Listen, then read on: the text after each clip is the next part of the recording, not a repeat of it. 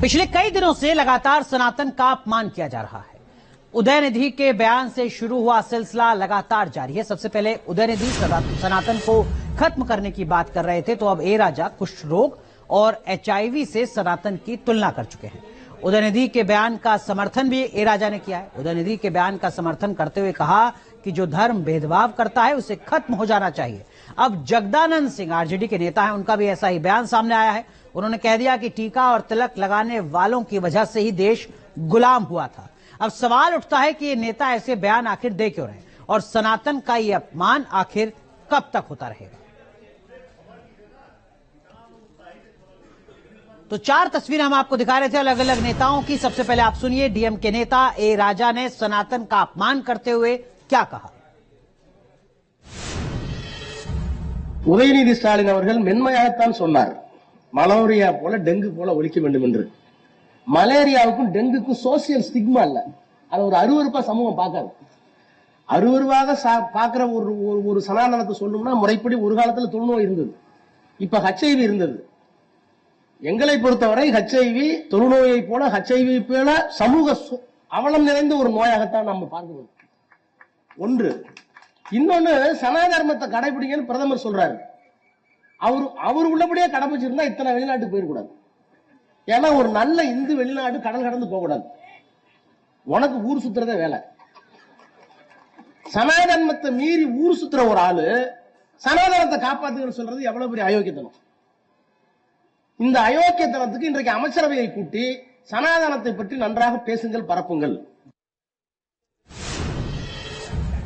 अब सुनिए बिहार आरजेडी अध्यक्ष जगदानंद सिंह ने देश की गुलामी के लिए तिलक लगाने वालों को कैसे दोषी ठहराने की कोशिश की।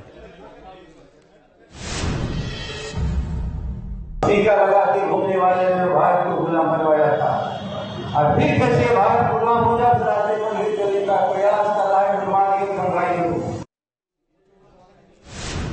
तो सनातन पर वार हुआ तो बीजेपी पलटवार पर उतर आई। गिरिराज सिंह, रविशंकर प्रसाद ने कांग्रेस पर सवाल खड़े कर दिए।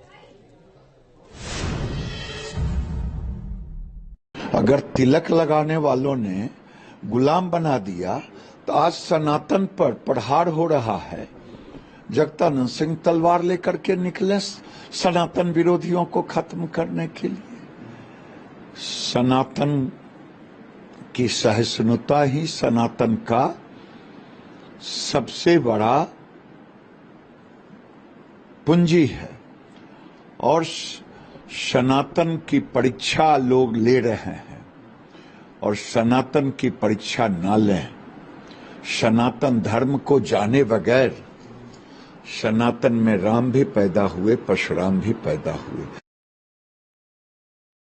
पहला सवाल मुझे सोनिया गांधी जी, राहुल गांधी से पूछना है, मुंबई की बैठक में आपने क्या तय किया है कि हिंदू आस्था और हिंदुत्व को बदनाम करना है?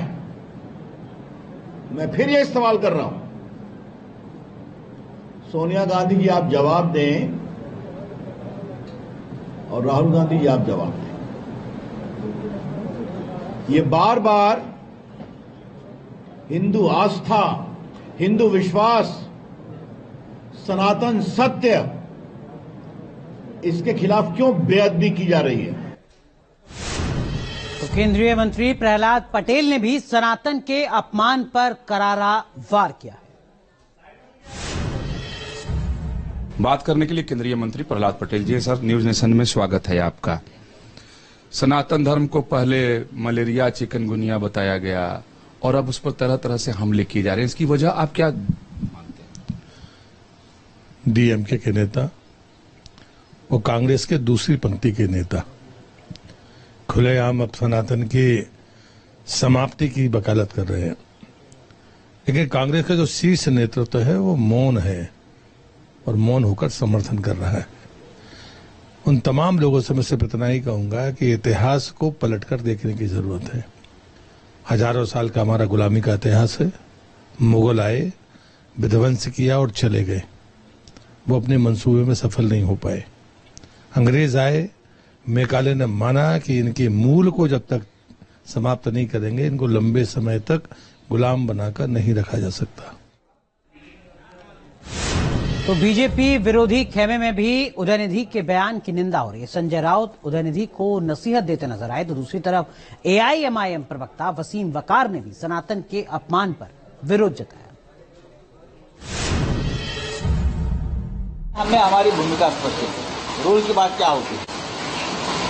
इस देश में लगभग 90 करोड़ हिंदू रहते हैं, देश के बाहर भी रहते हैं, पूरे विश्व में रहते हैं।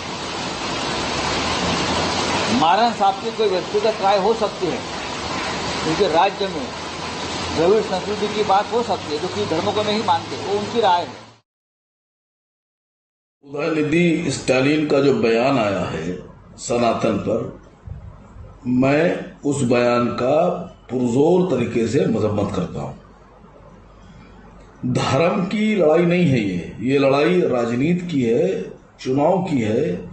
इसको धर्म की लड़ाई ना बनाया जाए। उदयनिधि स्टालिन का बयान टीवी पे चल रहा है। जरूरी नहीं कि एक मुख्यमंत्री का अगर लड़का है तो उसका जन्मसिद्ध अधिकार है कि वो अक्लमंद ही होगा।